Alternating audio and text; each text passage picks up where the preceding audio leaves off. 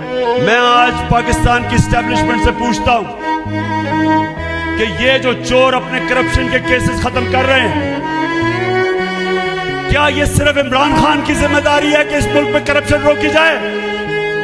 क्या आपकी जिम्मेदारी नहीं है?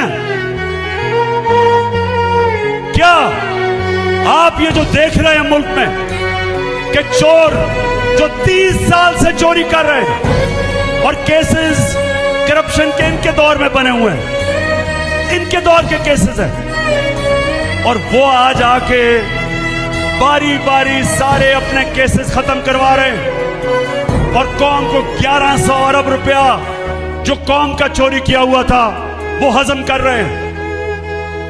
क्या मैं अकेला हूं?